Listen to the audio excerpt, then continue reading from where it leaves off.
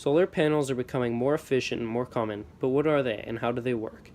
Let's start with the source of solar energy, the sun. The sun's energy is generated by fusion.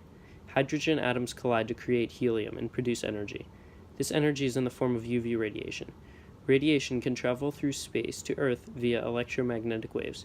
However, this electromagnetic radiation can be harmful to people.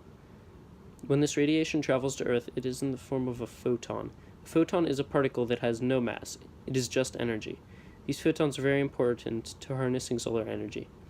One way the energy can be used is in a solar collector. A solar collector works by using an array of mirrors to focus sunlight to a specific point.